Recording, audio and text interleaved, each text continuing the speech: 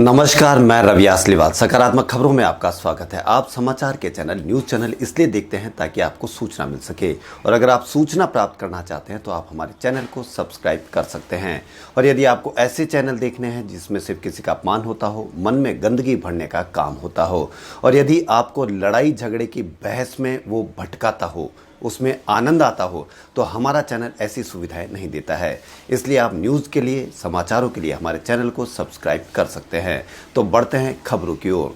पिछले 24 घंटे में राजस्थान ने कोरोना से कहर बरपाया है। बुधवार को रिकॉर्ड 866 नए कोरोना संक्रमित मिले।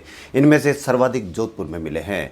वहीं राजस्थान में 6 मरीजों की मौत भी हुई है। इसी बीच एक्टिव केस का आंकड़ा भी बढ़ते हुए 6405 तक पहुंच गया है। सीबीएसई का 10वीं का नतीजा घोषित कर दिया गया है। इसमें भी शिखर पर बेटियां ही रही।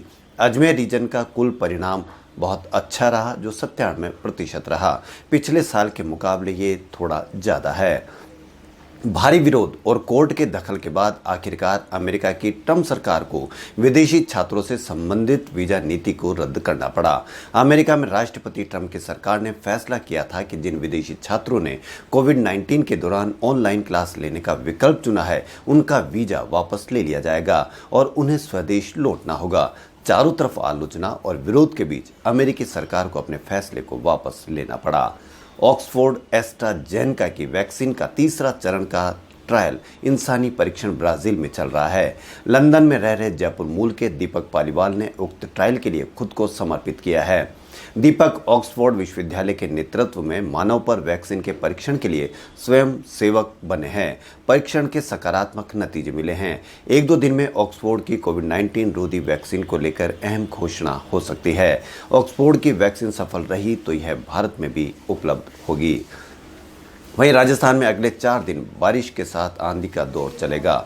मौसम विभाग के अनुसार 18 जुलाई तक पूर्वी और दक्षिण राजस्थान के जिलों में भारी बारिश की संभावना है। कोरोना के चलते राजस्थान में पर्यटकों की संख्या में तेजी से कमी आई थी। साल के शुरुआती 6 महीनों की तुलना में पिछले साल से की जाए तो अभी तक संख्या काफ़ी कम रही। हालांकि विश्व भर में कोरोना संक्रमण फैलने के बावजूद साल के पहले 3 महीनों में पिछले साल की तुलना में इस साल पर्यटक बढ़े थे, मगर अप्रैल मई में लॉकडाउन के कारण बिल्कुल भी पर्यटक नहीं आ सके और एक बार फिर से पर्यटन स्थल को खोले गए हैं। लगातार कीमतों में बढ़ोतरी से पहली बार डीजल 82 रुपये के पार चला गया। वहीं बुधवार को डीजल की कीमतें भी बढ़ी और पेट्रोल भी 88 रुपये के पार चला गया। रिलायंस जियो अमेरिका की दिग्गज कंपनी गूगल के साथ मिलकर भारत में सस्ते 4G और 5G एंड्रॉयड फ़ोन बनाएगी। यह ऐलान रिलायंस इंडस्ट्रीज के चेयरमैन मुकेश अंबानी ने बुधवार को वार्षिक आम बैठक में किया। यह भी कहा कि जियो प्लेटफॉर्म्स के तहत जियो क्लास का भी निर्माण किया जाएगा। इसके जरिए 3G अंबानी ने देश में 5G सेवा लॉन्च करने की भी अहम घोषणा की। वहीं देश में कर्नाटक सरकार ने कोरोना के इलाज के लिए प्लाज्मा दान करने वालों को 5,000 रुपये की प्रोत्साहन राशि देने का ऐलान किया है।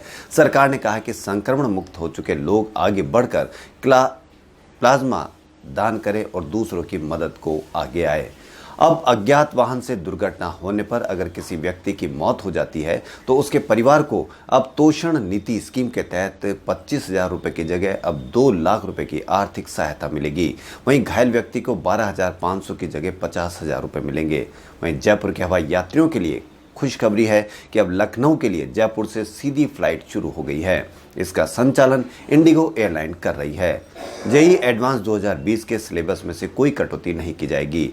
चेयरमैन सिद्धार्थ पांडे ने सिलेबस कम करने की अटकलों पर रोक लगाते हुए बताया कि जेईई 1 हो चुका है। यूपीएससी ने एक बार फिर से अपना एग्जाम कैलेंडर को रिवाइज करते हुए एग्जाम्स की नई तारीखों की घोषणा कर दी है। अब यूपीएससी का आईईएस एग्जाम 18 अक्टूबर को आयोजित किया जाएगा। पहले यह 28 जून को प्रस्तावित था। यूजीसी ने कहा कि सभी विश्वविद्यालय फाइनल ईयर की परीक्षाएं करवाए। इन परीक्षाओं के महत्व को भी बताया कि यूजीसी का तर्क है कि दुनिया की कोई भी विश्वविद्यालय बिना परीक्षाओं के असेसमेंट नहीं कर रहा है। सभी के लिए किस्तों में आवास योजना के तहत इस बुधवार को राजस्थान हाउसिंग बोर्ड ने 371 मकान बेचे, जिससे हाउसिंग बोर्ड को 59 करोड़ रुपए का राजस्व मिला। यातायात पुलिस जयपुर ने लोगों को नियमों के प्रति जागरूक करने के लिए चल रहे अभियान के दौरान बुधवार को संशोधित जुर्माने का स्टिकर शहर में चल रहे ऑटो रिक्शा और ई रिक्शा पर चिपकाए हैं। राजस्थान का प्रसिद्ध लक्खी मेला डिग्गी यात्रा 26 से 30 जुलाई तक प्रस्तावित थी, लेकिन कोरोना के चलते इसको स्थगित कर दिया गया है। वहीं 2019-20 में जहां 40 नए राजकीय कॉलेजों की सौगात मिली थी, इसमें जयपुर को भी एक गर्ल्स कॉलेज सहित 6 नए कॉलेज मिले थे। अब राज्य सरकार 37 नए कॉलेज खोलने की तैयारी कर रही है। राजस्थान हाईकोर्ट के न्यायिक कर्मचारी पॉजिटिव आने के बाद हाईकोर्ट की फंक्शनिंग को लेकर बुधवार को चीफ जस्टिस की अध्यक्षता में मीटिंग हुई। मीटिंग में गुरुवार और शुक्रवार 2 दिन और कार्य स्थगित रखने तथा 20 जुलाई से नियमित रूप से हाईकोर्ट खोलने का निर्णय किया गया है। अब फिजिकली, वीडियो कॉन्फ्रेंसिंग दोनों तरह से सुनवाई की जाएगी।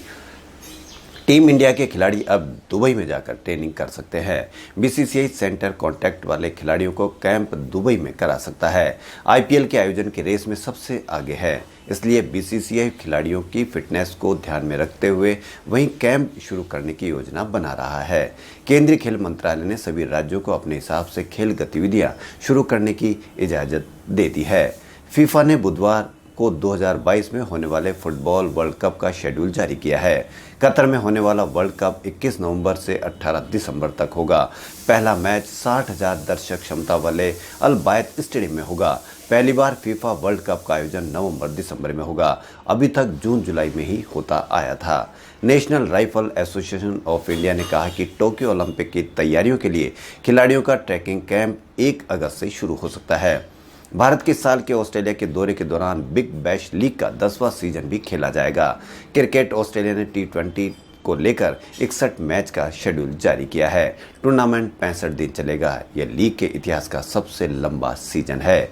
इंग्लैंड और वेस्टइंडीज के बीच दूसरा टेस्ट गुरुवार से शुरू हो रहा है। 3 मैचों की सीरीज में विंडीज की टीम 1-0 से आगे है। हालांकि ओल्ड ट्रैफर्ड मैदान पर इंग्लैंड की टीम 32 साल से विंडीज से कभी नहीं हारी है। कोरोना के चलते दुनिया भर में लॉकडाउन होने के बावजूद देश की दूसरी बड़ी आईटी कंपनी इन्फोसिस का जून तिमाही में मुनाफा 12.4% बढ़कर 4,272 करोड़ रुपए रहा। देश की सबसे बड़ी car company Maruti Suzuki India ने वैगनार और बलेनो को स्वैच्छिक रूप से वापस लेने की घोषणा की है। जिन वैगनार को वापस लिया जा रहा है, उनका उत्पादन 15 नवंबर 2018 और 19 के दौरान हुआ था। अंतर्राष्ट्रीय बाजार में कीमतें बढ़ने तथा डॉलर के मुकाबले रुपया कमजोर होने से बुधवार को जयपुर में शुद्ध सोना 225 रुपये बढ़कर 50,725 के नए रिकॉर्ड स्तर पर पहुंच गया। वहीं मुंबई में लगातार दूसरे दिन भारी बारिश जारी रही। बुधवार को चेतावनी स्तर को ऑरेंज से बढ़ाकर रेड कर दिया गया है। फ्रांस में मंगलवार को बैस्टिल डे मनाया गया। इस मौके पर एफिल टावर के चारों ओर भव्य आतिशबाजी की गई। हर साल इस आतिशबाजी को देखने के लिए लाखों लोग आते हैं, लेकिन इस बार आतिशबाजी का टीवी पर लाइव प्रसारण किया गया ताकि भीड़ न लग सके। जलवायु परिवर्तन का असर दुनिया में दिखाई दे रहा है। अमेरिका के पूर्व कैलिफोर्निया के रेगिस्तानी इलाके डेट 1 यानी मौत की घाटी में रविवार को तापमान 53.3 डिग्री सेल्सियस दर्ज किया गया। यह पिछले 3 साल में इस मौसम में दर्ज किया गया धरती का सबसे अधिक तापमान है। कोरोना मरीज के लिए आज से कभी दूसरे नंबर पर रहा गुजरात 5वें स्थान पर आ गया है। देश में 8% की सबसे तेज संक्रमण दर के साथ कर्नाटक चौथा सबसे संक्रमित राज्य बन गया है। पिछले 2 महीने में महाराष्ट्र, तमिलनाडु, दिल्ली और गुजरात जैसे राज्य प्रभावित राज्य में मरीज बढ़ने की दर घटना शुरू हो गई है। कोरोना काल में हजारों लोगों को खाना खिला चुके 48 वर्षीय Arun Singh civil defence volunteer की कोरोना से मौत हो गई। वह प्रवासी मजदूरों के लिए रोजाना सड़कों पर निकलते थे और उन्हें खाने के पैकेट बांटते थे। वहीं जैन विश्व भारती संस्थान में नियमित विद्यार्थियों के लिए प्रवेश प्रक्रिया प्रारंभ कर दी गई है। विश्वविद्यालय में स्नातकोत्तर विषयों जैन विद्या एवं तुलनात्मक धर्म, दर्शन, प्राकृतिक संस्कृत, अहिंसा और शांति, राजनीतिक विज्ञान, योग्य और जीवन विज्ञान, समाज कार्य तथा अंग्रेजी में प्रवेश दिए जा रहे हैं। इसी प्रकार स्नातक स्तर के बीए, बीकॉम, बीएससी में प्रवेश प्रारंभ है। रजिस्ट्रार रमेश चंद्र मेहता ने बताया कि विद्यार्थी अपने इच्छित विषय में ऑनलाइन प्रवेश ले सकता है, जिसके लिए अंतिम तारीख 20 अगस्त रखी गई है। खबरों फिलहाल इतना ही। यदि आपको हमारा चैनल पसंद आए तो लाइक, सब्सक्राइब और शेयर अवश्य करें। धन्यवाद।